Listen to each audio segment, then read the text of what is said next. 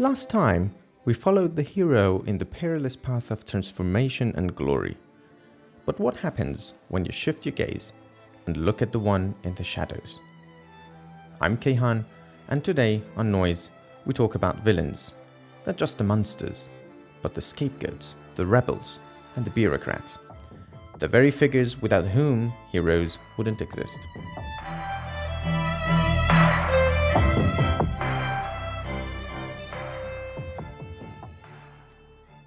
Memory is a funny thing, isn't it? It's not a perfect recording. It's more like a film strip with missing frames. Moments scorched brighter by emotion, others faded by time. When I search for my own first idea of evil, I land on 3 distinct images. 3 moments that I think defined what the word would come to mean to me. The first is blurry. I'm not even sure it's a real memory or one I've stitched together from my mother's stories.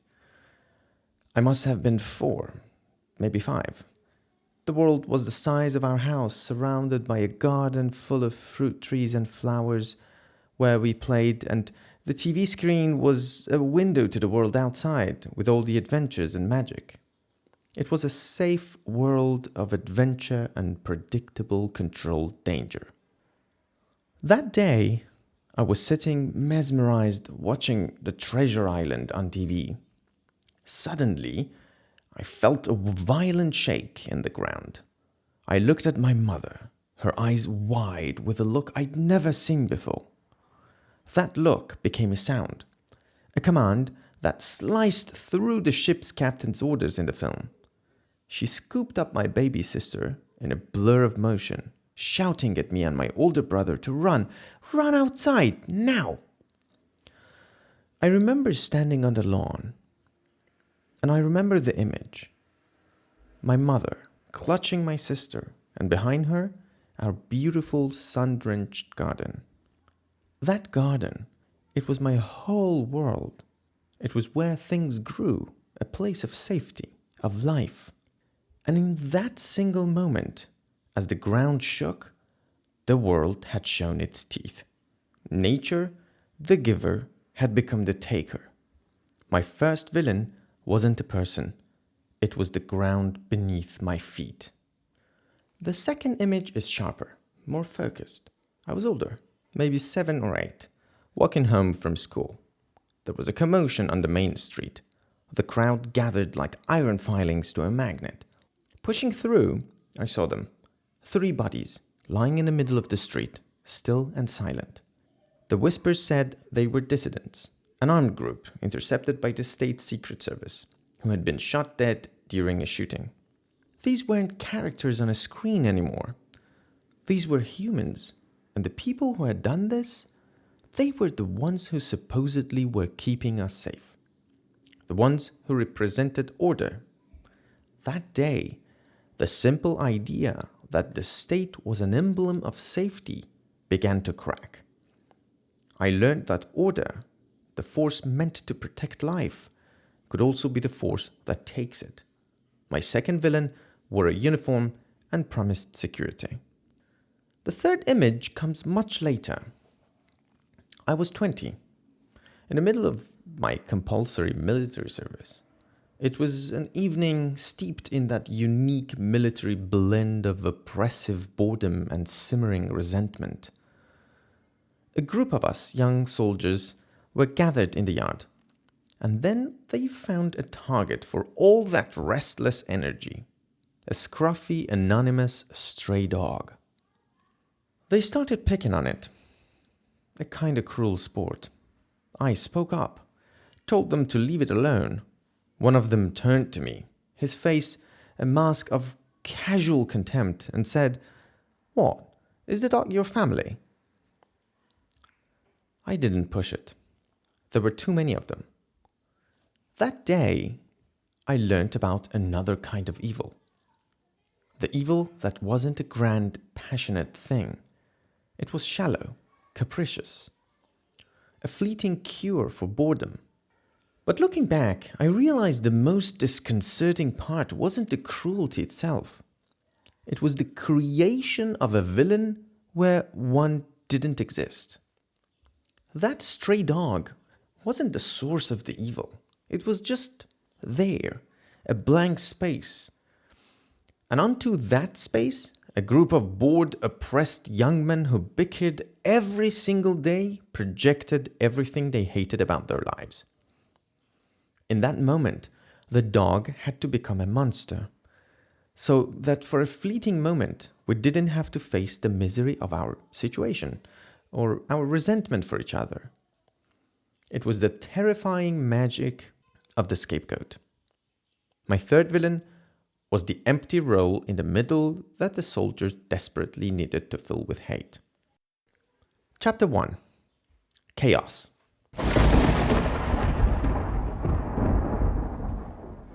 Our first villain is the oldest. It's the one that was there before anything else. It's chaos.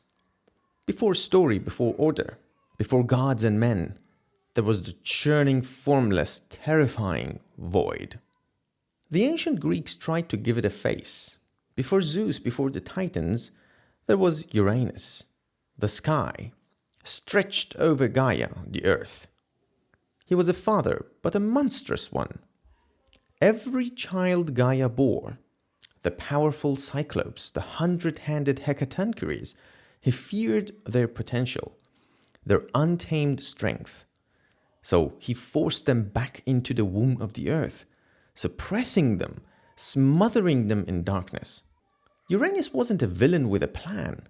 He was a villain of pure oppressive force, a chaos that refused to let creation take form. He was the first tyrant whose only law was that there would be no others. This is the baseline of villainy, the raw, untamed force that threatens to unmake us. But what happens when that chaos isn't outside us, but a reaction from within? Nietzsche had a word for this: resentment. It's a special kind of hatred, the creative vengeance of the powerless. It's the festering wound of the wronged, who can't win by the rules of the powerful, so they create their own. Their villainy is a rebellion that screams, "No!" to the world that betrayed them.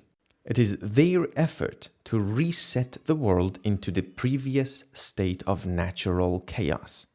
Think of Medea, a brilliant sorceress, a princess who gave up her home, betrayed her family, and committed murder, all for the love of the hero Jason.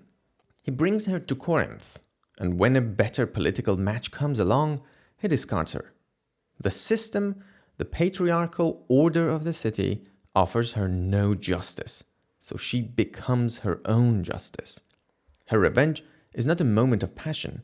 It is a calculated, horrific masterpiece of chaos. She murders Jason's new bride, his father-in-law, and then, in a final, world-shattering act, she kills the 2 sons she shared with Jason. She doesn't just want to hurt him, she wants to erase his entire world, to leave him with nothing but the ruins she created. She is the chaotic villain born from the ashes of a broken promise. Or look at the Joker, the agent of chaos in Batman series, the crazy, illogical villain we saw in The Dark Knight, who believes what doesn't kill you makes you stranger. He holds a city hostage, not for money, not for power in the traditional sense. He claims he wants to show everyone the joke, that civilization's rules are a fragile lie. "I'm a dog chasing cars," he says. "I wouldn't know what to do with one if I caught it." He's pure resentment. He seeks to tear down a corrupt system by proving that deep down, everyone is as ugly as him. But the most unsettling chaos comes from a place even closer to home: the shadow. The same shadow we talked about in the second episode, the hero's journey. All the impulses, the desires, the darkness we repress because it's not socially acceptable. It's the part of us we refuse to see. And no story shows us this better than that of Dr. Jekyll and Mr. Hyde. Dr. Henry Jekyll is a good man, respected, intelligent, charitable, but inside him, he feels a war raging. The war between his dignified public self and his secret darker appetites. So he creates a potion, not to destroy his dark side, but to separate it, to give it its own life. He wants to be purely good, and in doing so, he unleashes pure evil. Edward Hyde is not some invading demon. He is Jekyll, with all the brakes removed. He is selfish, violent, and utterly free. He is the shadow, given flesh. The story's horror isn't that a monster is on the loose in London. It's that the monster was inside the good doctor all along, just waiting for a door to be unlocked. The villain was a reflection in the mirror. Chapter 2. Time. From the chaos of rebellion, we move to a different kind of horror, the horror of death and ruin. The villain that isn't a single event, but an endless, unbreakable cycle of birth and death. Our myths often code our deepest anxieties about progress, about the moment we learn to control nature, and the villainy that can be born from that new power. Cronus, the Titan of Time, was the son of Uranus. He was the one who answered his mother Gaia's call, took up the scythe, and overthrew his tyrannical father. He brought an end to that first chaos. Pay attention to the weapon he uses. He wields a scythe or a sickle, forged for him by his mother, the earth. This is a tool of harvest. This is a story born from the dawn of agriculture, the moment humanity learned to tame the wild nature, to impose its will on its chaotic laws. Cronus, the first king, is also the first farmer, and his reign begins with a tool that cuts and orders. But then a prophecy reached his ears. One of his own children would overthrow him in turn, and Cronus, the new king, became a new kind of tyrant. Every time his wife Rhea gave birth, he would take the infant god and swallow it whole. Poseidon, Hades, Hera, Hestia, Demeter, all consumed by their father, trapped in the prison of his fear. Cronus, whose name is literally time, becomes the ultimate villain. Time that gives birth to all things, but also devours all things in an endless, repetitive loop of creation and destruction. Cronus kills chaos, and on its corpse erects an order of inexorable cycle of birth and death. This fear of life gives birth to another kind of villain, a colder one, the necrophilous character. Not a literal perversion, but a psychological love of all that is dead, controlled, and unliving. A passion for turning the organic and unpredictable into the mechanical and orderly. And there is perhaps no greater portrait of this than the serpent king Zahak from the great Persian epic, the Shahnameh. His story begins not with monstrosity, but with weakness. He was a handsome prince, the son of a good and gentle king, but he was impressionable, and that attracted the attention of Ahriman, who is the spirit of primordial evil. Ahriman came to Zahak disguised as a flattering courtier, whispering promises of power and glory. He convinced Zahak that his father was an obstacle, and so Zahak committed his first evil, not a passionate murder, but a cold, technical one. He had a deep pit dug on a path his father always walked, covered it with branches and earth, and let his own father fall to a lonely, unseen death. Pleased, Ahriman then disguised himself as a masterful chef. He introduced Zahak to the pleasure of eating meat, a new invention in a world that had been vegetarian. This is a symbol for a new stage of human history, a transition from herbivore to carnivore, a new and more aggressive form of dominance. Delighted by these new tastes, Zahak offered the chef any reward he wished. The chef asked only for a humble honor, to kiss the prince's shoulders. Zahak agreed. Ahriman stepped forward, kissed each shoulder, and vanished into the earth. And from the spot he kissed, 2 black snakes erupted, growing from Zahak's own flesh. They were a part of him. When he tried to cut them off, they would instantly grow back. He was in agony, a prisoner of his own body. And then Ahriman returned, this time disguised as a learned physician. He revealed the cure. The only way to keep the snakes from feeding on Zahak's own brain was to feed them the brains of 2 young men every single day. And so began Zahak's 1,000-year reign. It was a dark age. His kingdom became a factory for his own survival. Every day, his soldiers would scour the towns and villages, taking 2 young men to be killed, their brains harvested to feed the snakes on his shoulders. This wasn't a reign of conquest or creation. It was a gruesome bureaucracy of death, a daily tax paid in human life, all to maintain his own corrupted, unnatural stasis. Zahak is the perfect Necrophilus character. He doesn't create life, he mechanically consumes it.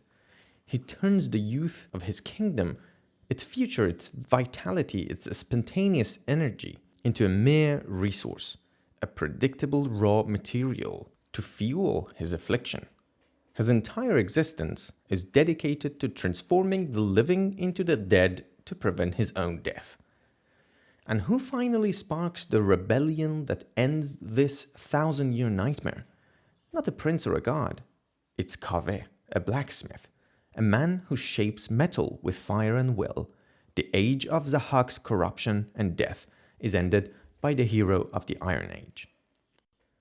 This progression from sickle to hammer brings us to our final villain in this chain, a villain who embodies the dark side of industry itself, Sauron, from The Lord of the Rings. Sauron's power stems from the forge. He's a divine craftsman, a master of fire and metal, whose skills predate even the elves. Herein lies the essential conflict. The elves create in harmony with nature, while Sauron creates to dominate and replace it. It is the battle between the organic and the industrial. His forge represents the dawn of the industrial will that seeks to bend all of nature to its purpose.